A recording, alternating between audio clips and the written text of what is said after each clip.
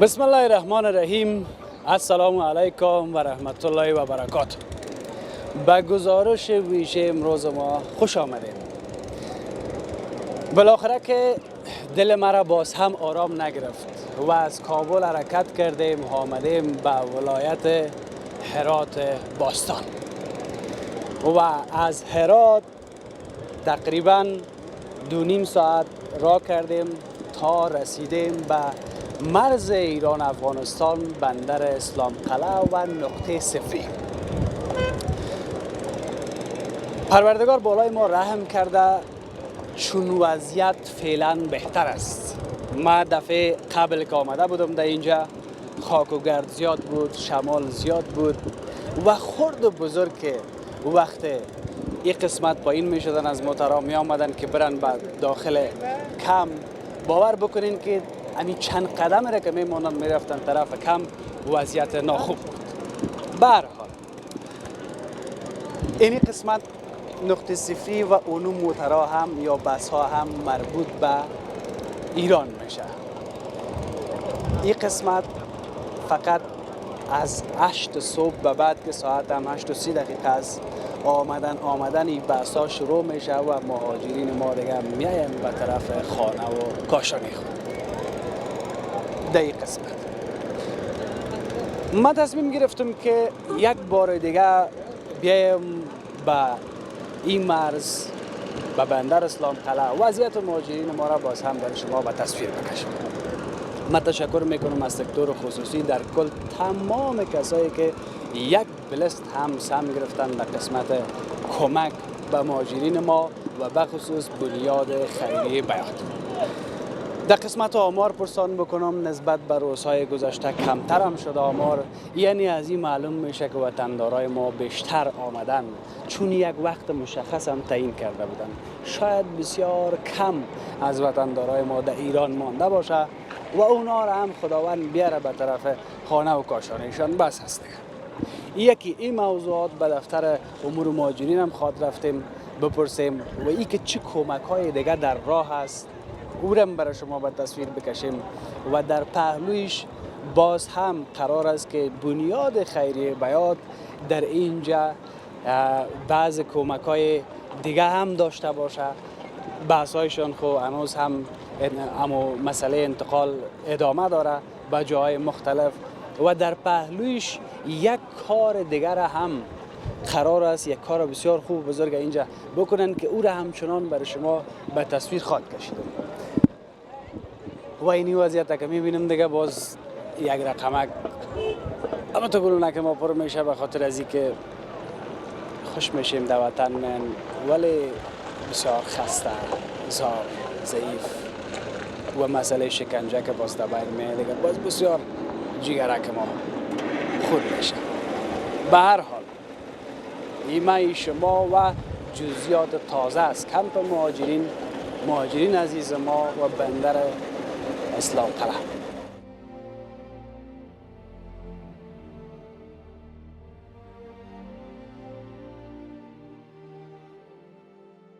این حال از این به بعدش همون 4 ساعت اگر نشد 3 ساعت در خود وطن 2 ساعت بشه به می وطن بشه. پاها 2 نفری میگیره به هم جوره میکنه، زنجیر به حدی کش میکنه، سیف میکنه، بگو یک کمی آقا میره شلبان میگه جا داره دیگه هم قید میکنه. نظر به این گپا که ما میبینیم شما میگین آفرینتون که شما در اوج زندگی کرد. به خاطر ضرورت یک چای عمیق که چای عمیق شامل سولر و همه امکانات می باشد که برای کمپ مهاجرین ساخته میشه. ایرانی پروای هیچ کس نداره. خب درست است، همین گپتون قبول دارم. دیگه مدارک من نشون بدید. درست است.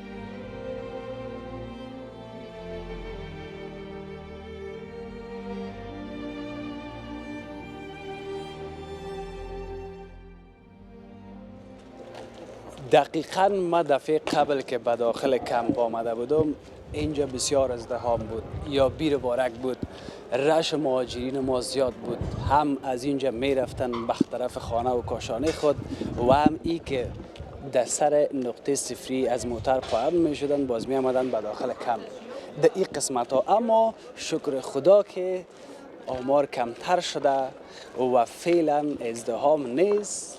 این تو فرصتی است، یعنی که زیادتر از مهاجرین ما به خانه و کاشانشان رسیده. تشکر از این میام که انت پاک میکنه، صفایی میکنه. خانه تا آباد. زنده باشی. قربانت. بسیار زیاد تشکر. خیر ببینیم. السلام علیکم. خوب هستین؟ خیرتی است ان شاء الله. سلامت هستین؟ سلام. بسیار زیاد خوش آمدی. خوب هستی؟ قربان سرت. چی حال داری؟ بخیر هستی؟ صحت خوب است؟ بخیر است. جانک جور است. شما خوب هستین؟ شکر قربان. شما خوب خیر هستین؟ سلامت باشی. الهی شکر که در وطن میبینیم. بسیار خوشحال شدیم که به وطن آمدیم، اما بسیار با رنج و با تکلیف و بسیار با زحمات زیاد. قربانک شما امی ما شما افغانا از ام گذشته ها درد و رنج این ملک خود داشتیم.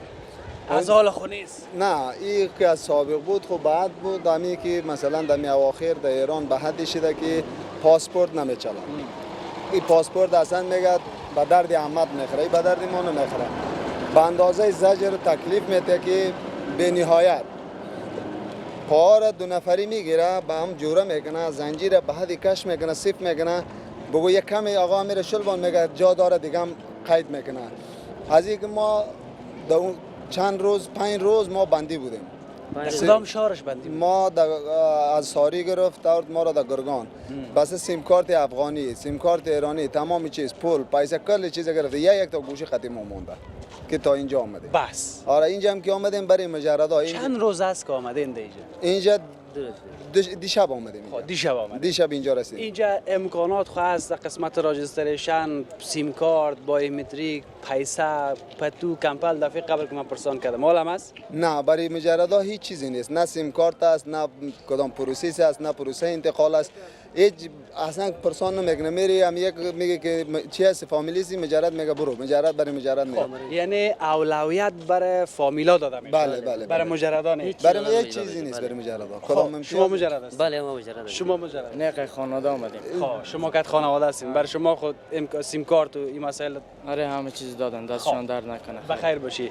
حالا یک چیز دیگه، تنها شما دو نفر هستین یا شاید زیادتر باشه؟ 60 نفر دو ما 60 نفر. آره این بغل اینجا استاد هستن رفیقای ما. خب چی گفتن که مثلا به خاطر مجردا؟ هیچ برای ما کدام چیزی نگفتن. ما حتی اینجا کدام مسئول هم نیافتیم که بازو پرسان کنیم که ما مجرد خواستیم، ما مسافر هستیم، ما اگر ردی مرزی هستیم با پاسپورت اگر می داشتیم مثلا اینجا چه میکردیم تا حالا کسی پرسان از این گپا. خیر باشه.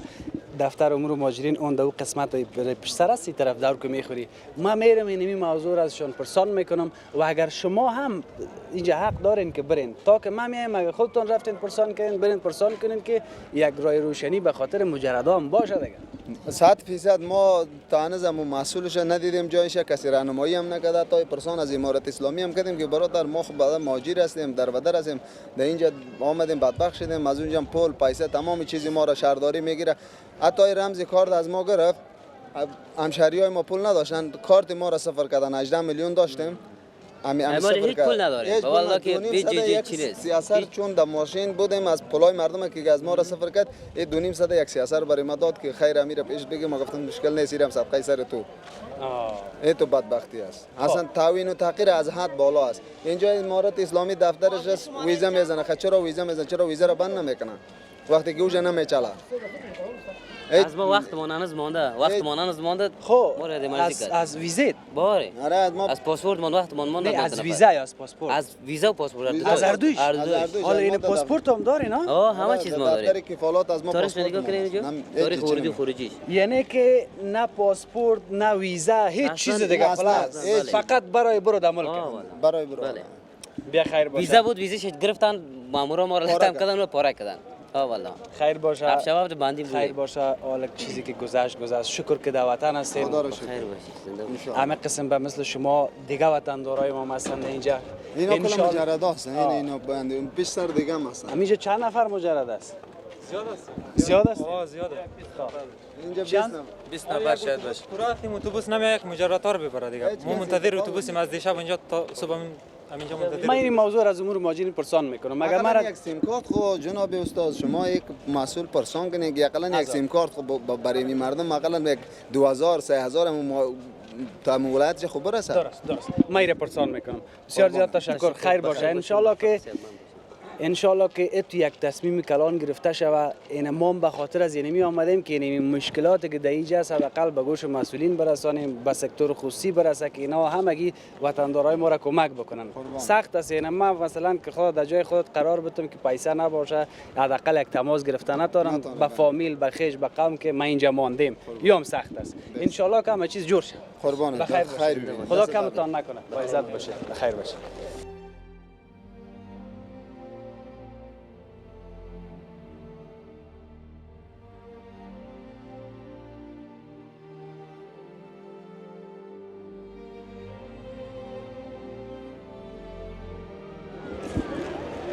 سلام علیکم.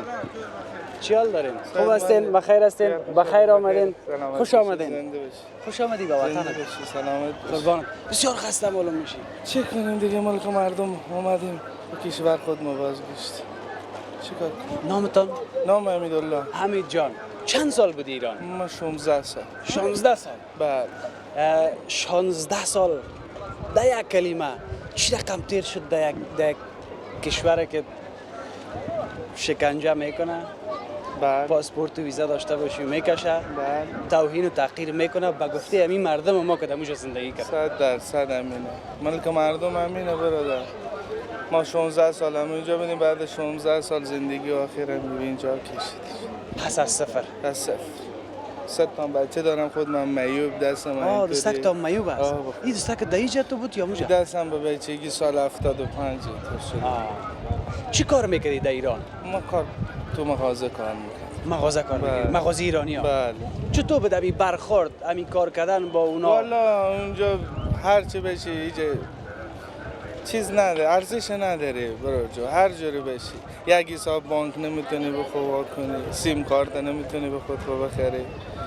هیچ ارزشی نداره. چه خب یعنی دمی 16 سال به اینمی شکل زندگی بود، یعنی سیم کارت نداشتی، یعنی کارت بانکی نداشت. خیلی چه رقمی زندگی باز پیش؟ خب کارت بانکی سیم کارت داشتیم به اسم ایرانی ها، مال ایرانی مال کسی دیگه، به اسم خود هیچ کار کرده نمیتونی. حالا کارت بانک مثلا پیسهش از خودت، کارتش از ایرانی؟ بله. اینقدر یعنی تو تحت فشار؟ بیشتر از این حرفا. خب اگر مثلا همین وضعیت دیده بودی اعلاش میکردی میامدی دیگه در وطن به این شکل زندگی کردن مثلا با ما باشه. خب ما اعلاش میرم در یک جای دیگه میرم. اگر در وطن نمیمدی یک جای دیگه حالا خب ما رو خود کشیدم اومدیم. چی؟ حالا جالب به من می است که مقدر سختی رو موجود دیدی هنوزم ششتی مجبور بودم، احتیاج بود. احتیاج بود، مجبور بود. روزانه در ایران چقدر پیسه پیدا میکردی مثلا کار کنی؟ 600 700 افغانی 600 700 هزار با پیسه ما چقدر میشه؟ با پیسه شما نمیدونم 400 بشه چند. همین 400 مثلا در اینجا نمیتونستی پیدا کنی؟ والا نه. ما همیاله از یک جای خبر دارم در یکی از سوپرمارکت ها یک نفر کار میکنه، ماه 13,000 12,000 ماش میگیره. اونمو روز 400 روپیه. فقط اونمو مغازه را که خودت گفتی همین پاکی و صفایی مالا. بله. این همی چیز یعنی میشه. من خبر دارم. اگه بشه چی بهتر که ما بریم به ملک مردم. این ما میرم میگم. خب حالا خیلی گذشته چی میکنیم؟ حالا خب گذشته مگم من نظرم ای است. خدا کنه از ما خفه نشیم. از این بعدش خب همین قسمت بوده دیگه که در اوج باشی 16 سال. بله. این حال از این بعدش همون 400 اگر نشد 300 در خود وطن. 200 بشه به می وطن بشه. 100 بشه به می وطن. دیگه بهتر از قربان سرت جور باشه. بازم خسته نباشی. خوش آمدی قربان سر. این چی است؟ یک پرنده. خب پرنده است. چی است؟ نه تو بی ترغ مرغ است. خب تو باش من سعی کنم. حالا ای از وطن ماست یا ایرانی است؟ ایرانی است. خب من گفتم که شاید چی شده باشه. چی هست نامش؟ اینا جله. یا حالا ایره دیگه از ایران در وطن ما مهاجر شده دیگه. اینا رو داشتیم آوردیم. حالا اتو عالی خوب پرنده است.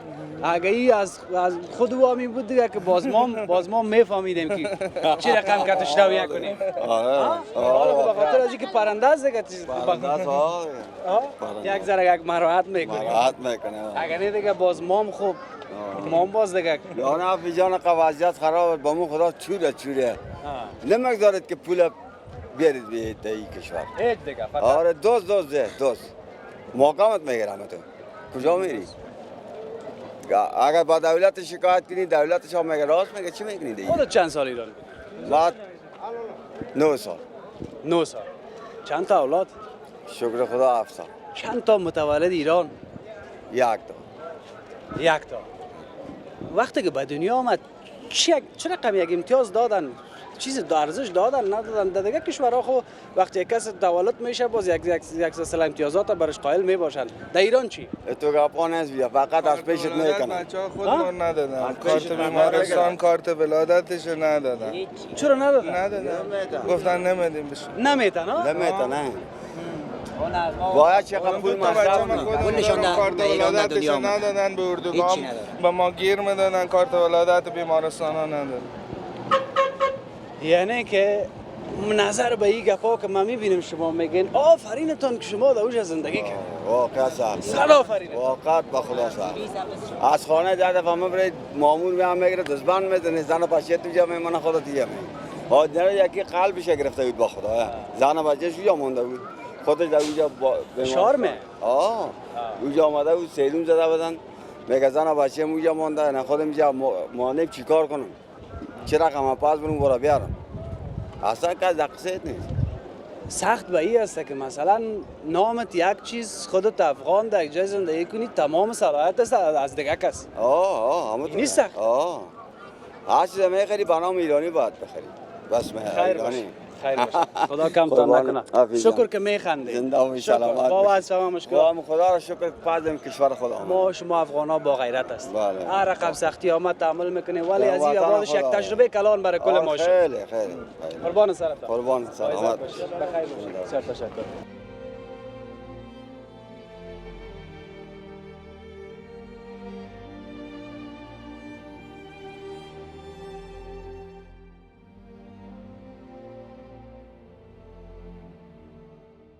من در ایران هستم خیلی دنبال 4 سال بودی؟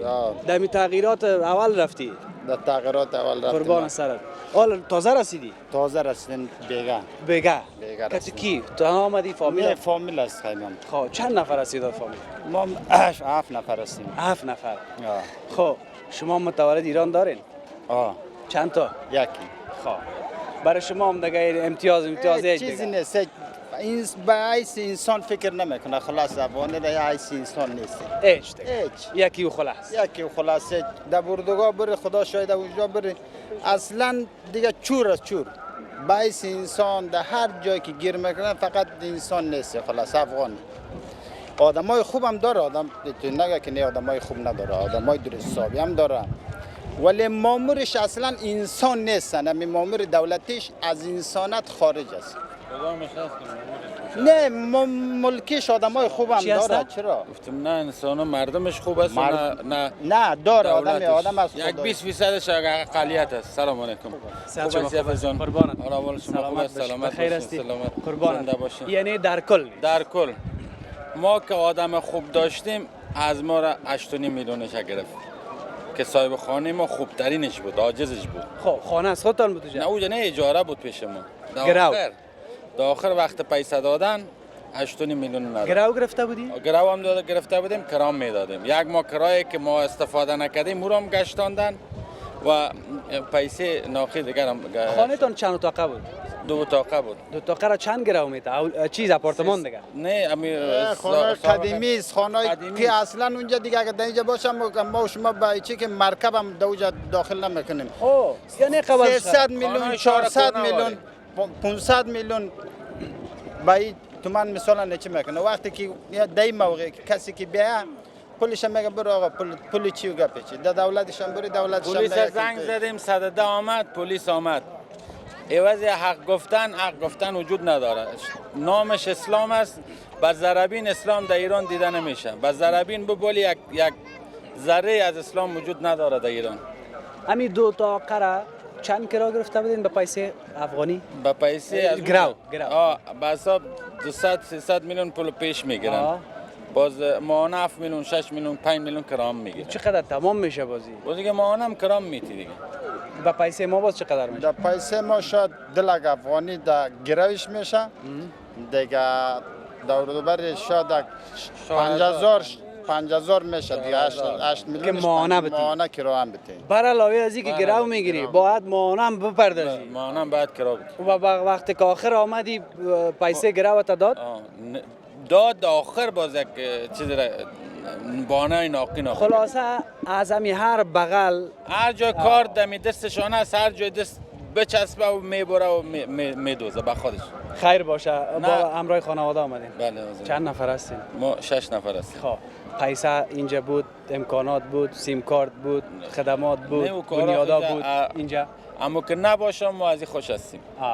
هیچ چیز که نباشه ما به مطلب نیستیم از وطن. خدا خیر نصیبتان بکنه. قربان احساستان. اما ما به خاطر پرسان کردم که یک چیز امکانات بود، سهولت از دکم بیانی. شکر از خوب است. خب مقصد همی که راضی باش. ما راضی هستیم شما. بسیار زیاد تشکر. خواهش بخیر میکنم. باشید. سلامت. اینجا یک اینی برادر ما گفت ما بعضی گپا دارم. خوب هستی؟ شکر. نامکت؟ بسم الله الرحمن الرحیم. نصیر احمد محبوبی هستم. یک تن از خودمعرفان ایران که خودم به پای خود آمدیم، نه مرا رد مرز کردن و نه بالای ما کدام ظلم ستم بود. دیدم که وضعیت خراب است، گفتم خودم یک روز ببرم، فامیلم اینجا میمونه، خودمو طرف رفتیم سفارت، برگه خروج گرفتیم، با پای خود آمدیم، خود معرف شدیم. ما اگر امی کار نمیکردی امروز صبح خب بدون شک میگفت برو دیگه. والا ایرانی پروای هیچ کس نداره. خب اصلا به وجودشون رحم نیست، بالای هیچ کس رحم نمیکنه. نمیگه حالا ما اونجا هستیم به زبان مادری خودمو برای ما فوش میدن، برای ما میگن دور از زبان ما، دور از افغانای ما، تا افغانی فلانی. یعنی یک توهین است برای ما مردم. خود تا گفتیم توهینه، اینجا برای ما وطن بیا بریم پای خود بریم به وطن خود، یک لقمه خوش پیدا میشه که خیر ببینی خانه تاباد. قربان احساست. خوش آمدی به وطنت. قربانت. اگر امروز بگوییم که ما را نکشه، مثال افغانای ما که در اونجا هستن، فردا حتما همی کار صورت میگیره. فردا حتما میکشه. بگه در جایی که او رفته بود همه طرف باز اما بهتر از همی است که بدون کدام جنجال آمده. بهتر از همی است که بیم به وطن خود ما. و ما یک خواهش داریم از همی امارت اسلامی که همی زمینه کار بر مردم ما مساعد بسازه که ماهانه 3000 4000 افغانی کار کنن. با خدا قسم هیچ کسی را نمیره، هیچ کس نمیره. همین زمینه کاره. یک خواهش برادران از برای ما مردم، برای جوانای ما، حیف از همین جوانای ما که در ایران زیر دست از ایرانی‌ها کار کو به شرطی که باز بفهمن و نمیفهمن. امو جوش جوانی که داریم، اونمو شیما و قوت ما را در وطن خود بخرج. در وطن خود ما خرج کنیم. اگر هر چی که شب بازم وطن ماست، مادر ماست، حق داره بالای ما. بسیار زیاد تشکر. قربانت. سلامت باش.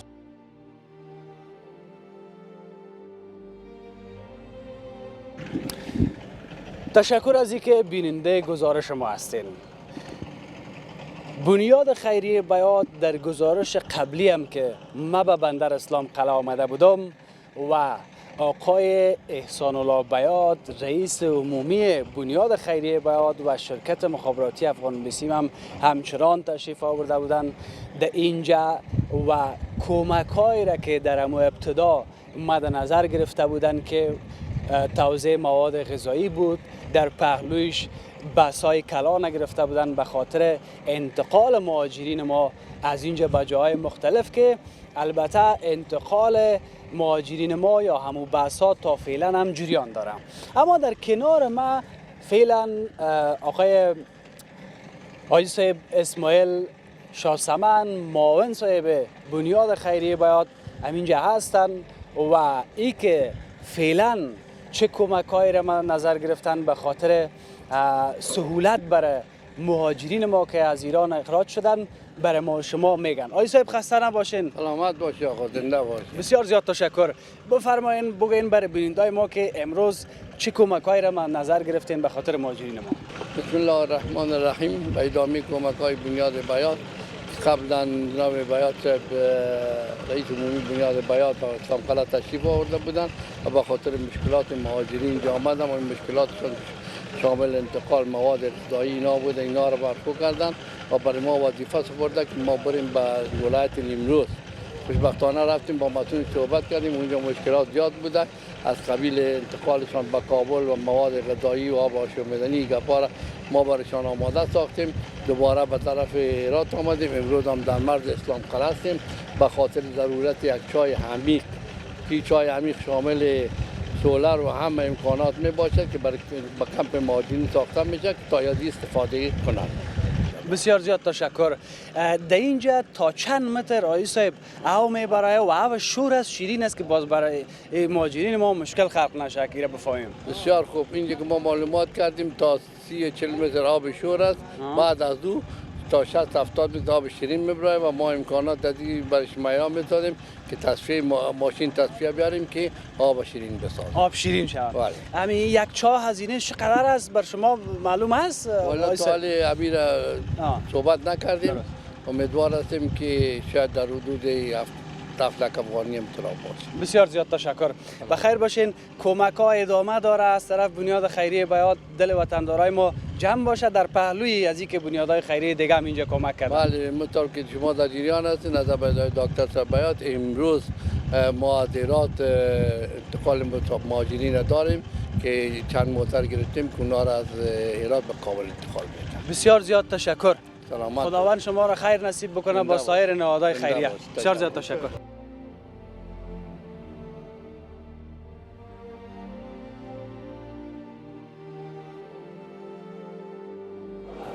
خب من همین لحظه در دفتر امور مهاجرین هستم یا بگویم در آمریت امور مهاجرین هستم.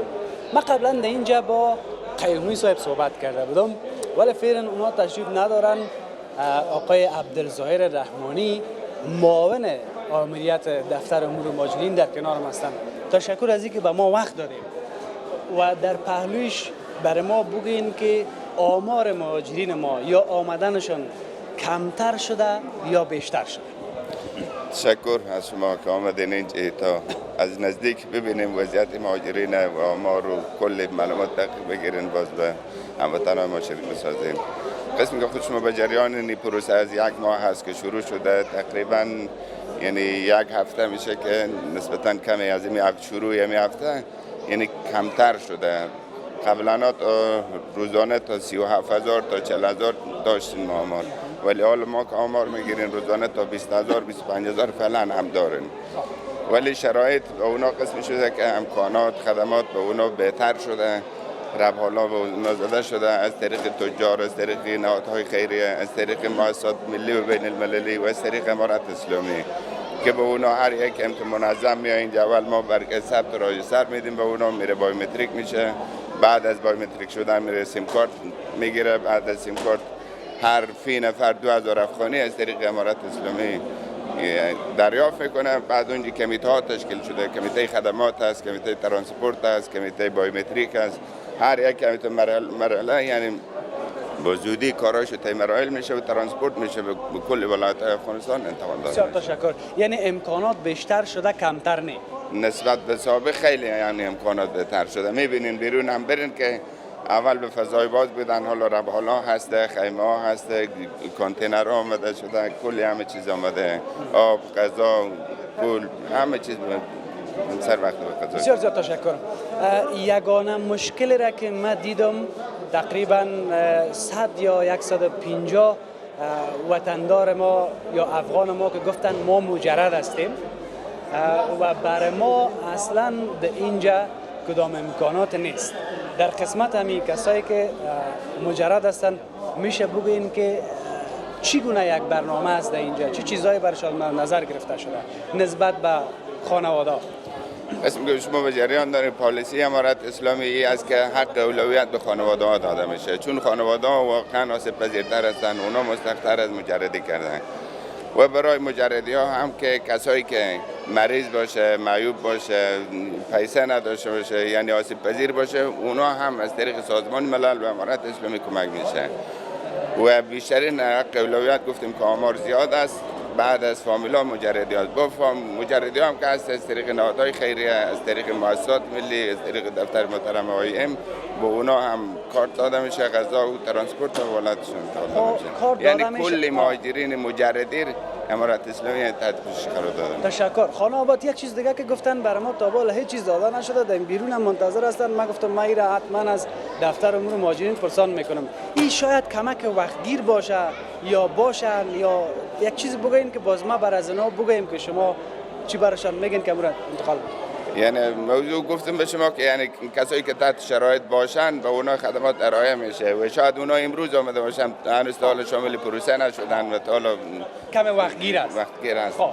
این ما براشون هم گپ خودت انتقال میتونم که صبر بکنین، برای مجردا هم است امکانات است. امکانات کسایی که به خصوص گفتم ولایت‌های دوردست باشه یعنی آسیب پذیر باشه 100% برای اونها بسیار زیاد تشکر. ولی حق اولویت برای فامیلا. بسیار زیاد تشکر. بخیر باشید.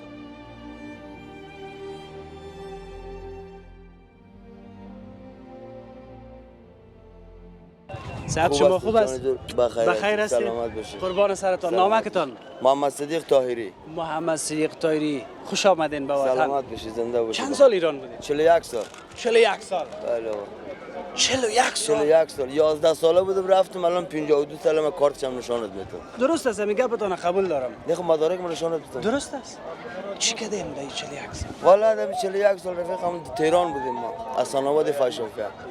همونجا کار کردیم، بالاخره سر کار بودیم. یک روز پاسپورت ما در جیب شلوارای ششیبه داشتم. در جیب بعد داخل ماشین لباسشویی شوشته شد.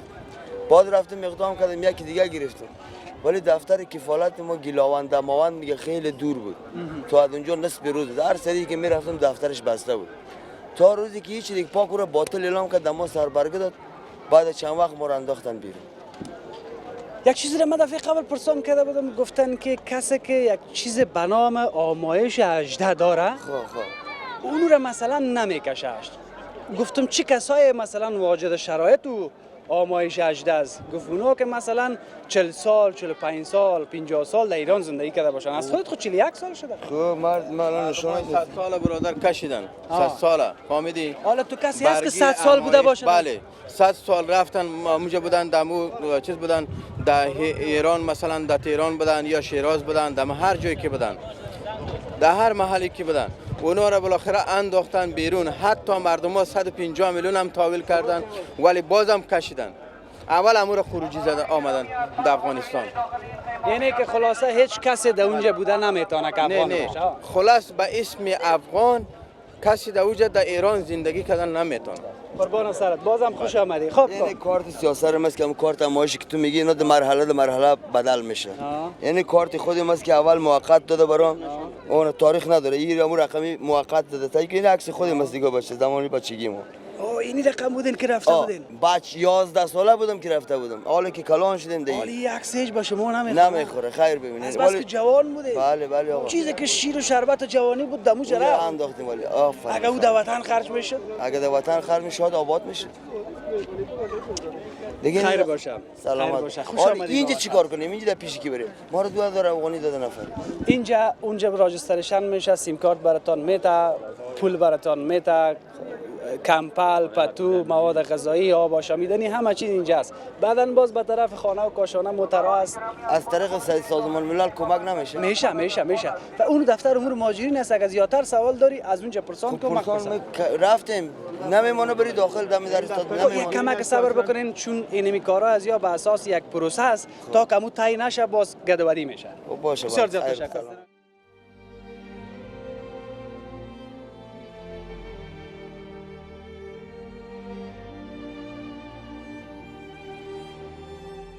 تشکر از اینکه بیننده گزارش ویژه ما بودید.